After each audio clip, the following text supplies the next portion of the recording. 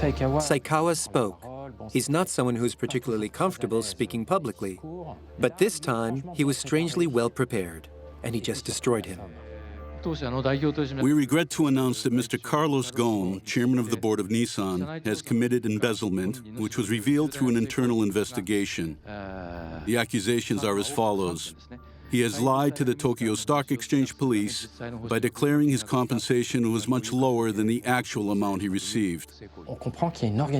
You could feel that there was a lot of careful planning behind the arrest, and that the company was cooperating with it, and even driving the arrest itself. And lastly, he used Nissan property for his personal use. Our investigation has revealed some clear misappropriations. And for him, there was no shadow of a doubt. Just a few hours after his arrest, Carlos Ghosn was guilty as charged. The lesson we must take from the dark Ghosn years is that power should not be concentrated in the hands of one man.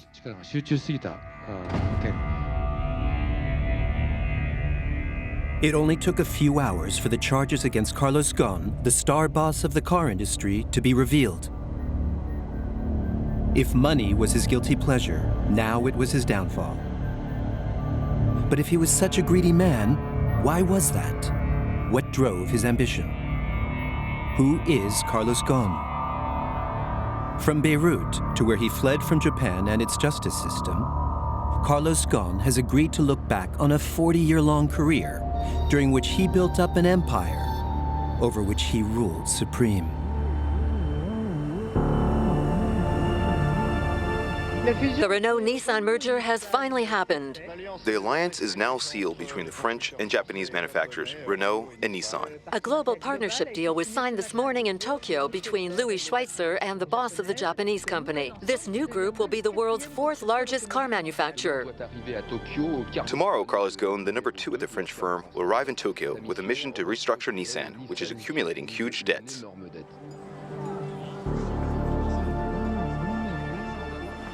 There's something very seductive about Japan.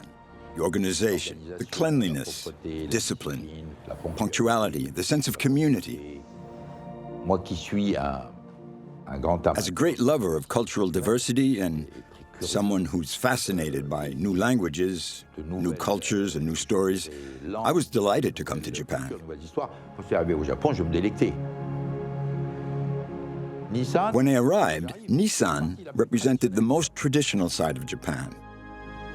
I arrived at Nissan's headquarters, and nobody spoke English. And this is a company that was already established all over the world. It was perfectly logical for me to send Carlos Ghosn there. His cost-cutting capabilities were what we needed back then. I wouldn't have done the Nissan deal if I couldn't have sent a Carlos Ghosn there. Nissan was selling 2.5 million cars, with an operating margin of between 0 and 1%. They were in the red. The Nissan brand had absolutely no prestige. There was no focus on market need. And what's more, they had a debt of $20 billion. The company was on the edge of a precipice. They called me the cost killer. They couldn't picture what a guy from Renault could do for a company like Nissan. I thought they had sent Mr. Layoffs. I knew that he had closed factories and laid off hundreds of workers at Renault. I was sure that at Nissan, he was going to close factories, slash budgets, and apply the same restructuring methods as he had done in France. We didn't come as prophets or messengers, absolutely not. We were pragmatists. I said we had to be like doctors. We go in, we examine, we see what's not working, we treat, we help, and then we teach them how to look after themselves better. And we go on to the next one. That's all. I took 3 months to set up the Nissan revival plan. Not long. I left time for discussions, and then I made my decision.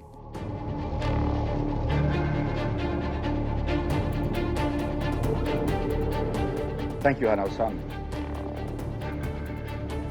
Good afternoon, ladies and gentlemen. As promised, I'm here to communicate to you the Nissan revival plan. I felt that he was very strong. He was full of energy.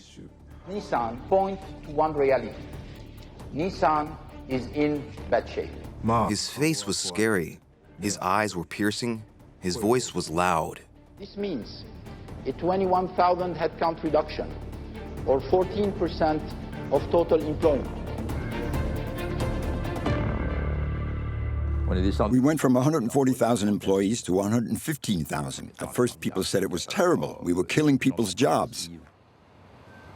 When you restructure a business, the restructuring by itself doesn't make sense. Its purpose is to find new areas for growth.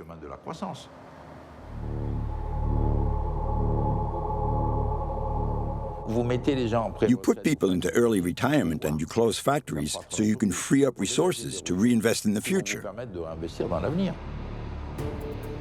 I don't know of anyone who has returned a company to growth without first putting their house in order. If you don't care about the future, you don't have to lay people off. You just wait for death to come naturally. After just 1 year, he presented positive results for Nissan.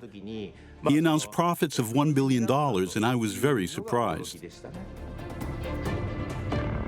In 2000, a lot of people were saying that it wasn't real and that we'd cooked the books. Then in the second year, the figures were confirmed. In the third year, they were improved, so they had to recognize what they didn't want to believe in the first place.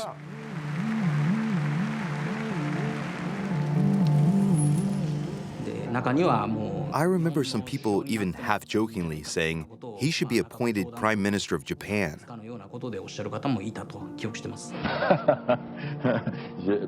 Je dirais, bien sûr, je ne suis pas insensible.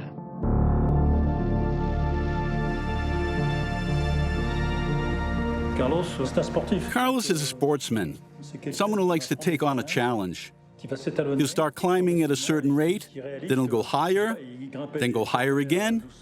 He'll still be breathing, and he'll keep on going. Climbing is part of his DNA.